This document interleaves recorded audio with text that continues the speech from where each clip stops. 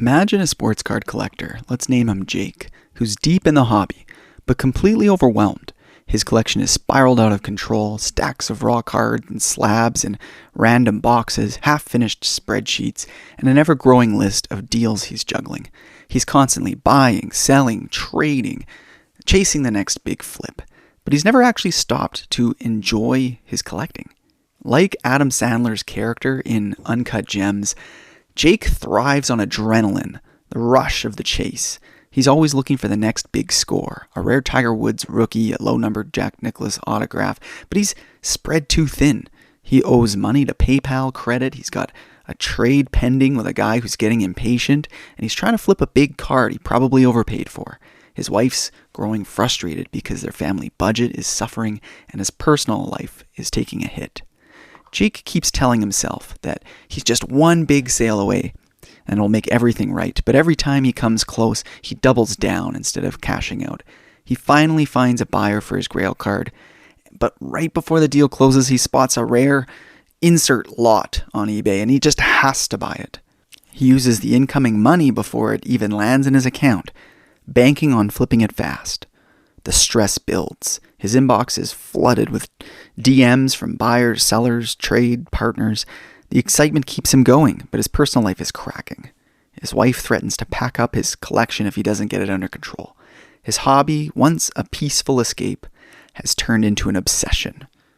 Just like Adam Sandler's character in Uncut Gems, Jake is riding this high-stakes roller coaster where every win feels like it'll solve everything, but the chaos never ends. Unless he steps back and regains control, he's bound for disaster. Ridiculous, Fondling Cardboard.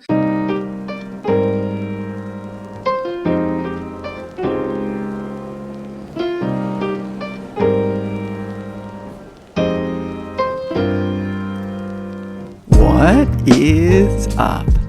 Welcome back to Fondling Cardboard. I'm your host, Mike Lakusta, aka the Golf Card Collector.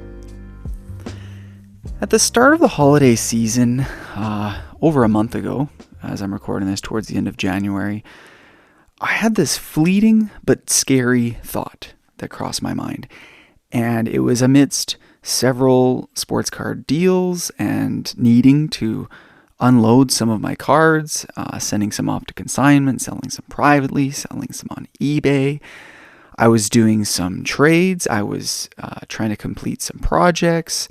Of course, I was Christmas shopping and all of the events and activities that go along with that.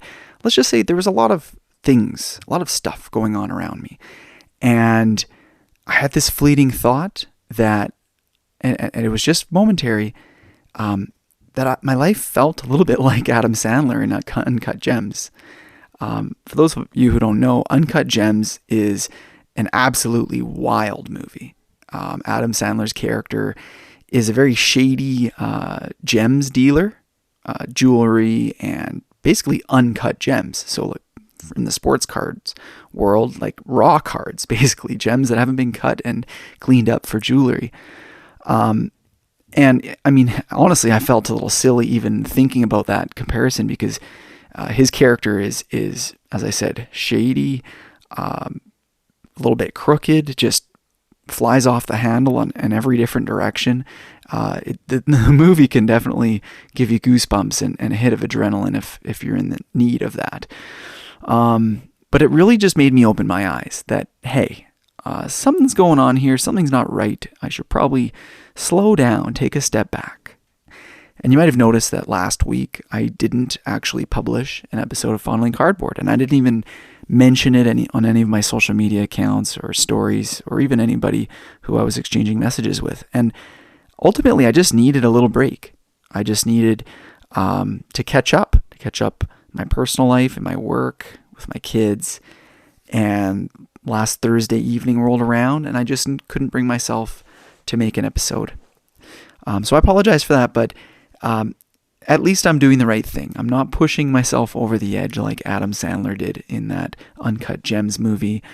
And if that experience sounds like anything that you've gone through, then you absolutely must listen to not only this episode, but I'm doing a series called The 12 Rules of Hobby. Basically, taking the 12 Rules of Life, which is not Adam Sandler, is a Jordan Peterson book. Now, Jordan Peterson is a bit of a controversial figure. Okay, he's a Canadian scholar from Toronto. He's worked at several different very established and top-level universities in the field of psychology and sociology. I think maybe Stanford, Harvard. Hopefully I'm not butchering that, but regardless, he's also a clinical psychologist. He's controversial because of his stance on some ultra-modern politics, let's say, and sort of putting up a bit of a stand against some issues going on in Canada with regards to freedom of speech. So that's all I'm going to say about Jordan Peterson. But his book, The 12 Rules of Life, or 12 Rules for Life, is an incredible resource for anybody looking to self-improve, whether you're struggling or whether you just think maybe you can improve some aspect of your life. I had a thought the other day, how could this apply to the hobby? And as I read through these different rules, I thought, oh my gosh, I truly think that each one of these could be transferred into a lesson in the sports card hobby. So the way I'm going to run this series is that for the next 2 weeks, every single day, I'm going to publish an episode based on one of Jordan Peterson's 12 rules of life, and I'm going to call this the 12 Rules for Hobby. And I think everyone has an area of potential growth, and even if you haven't gone through that chaotic hobby experience, that I sort of alluded to based on the analogy or the metaphor with Uncut Gems, you're going to still be able to get value out of this series. For some people, it might be the opposite of chaos. You might find yourself low on energy or sluggish, and that can be just as detrimental to your hobby life experience and overall well-being.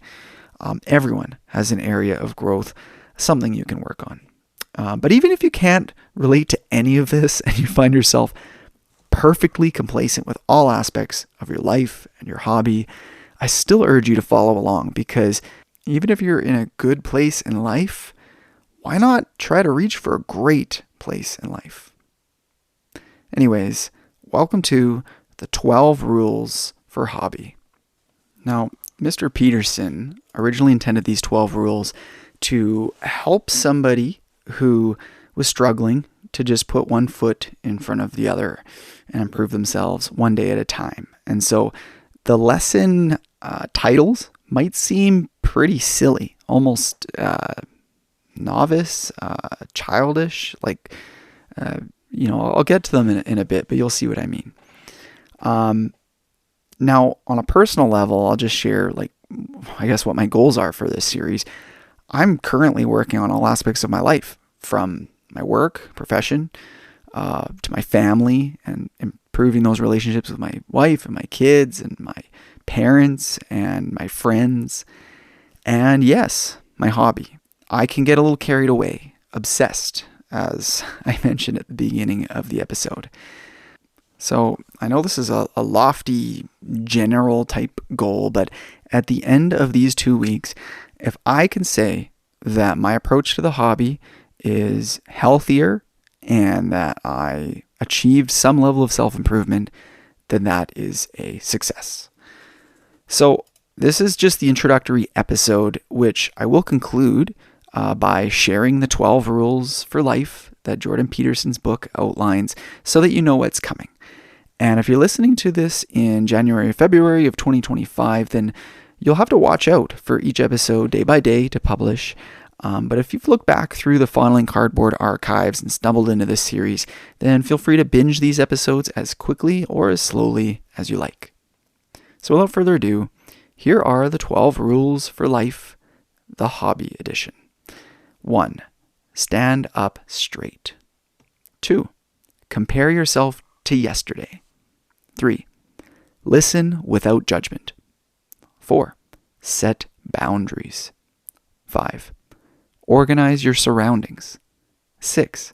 Pursue meaning. 7. Be honest.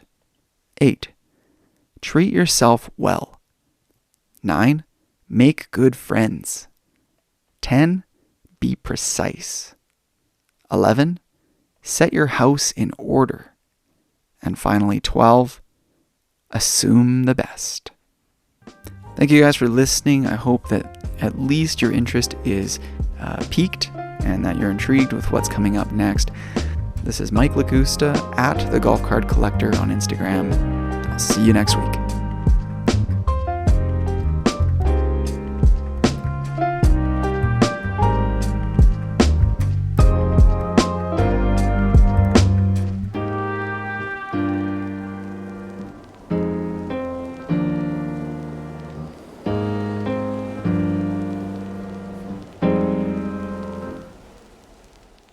Ridiculous golf card collector.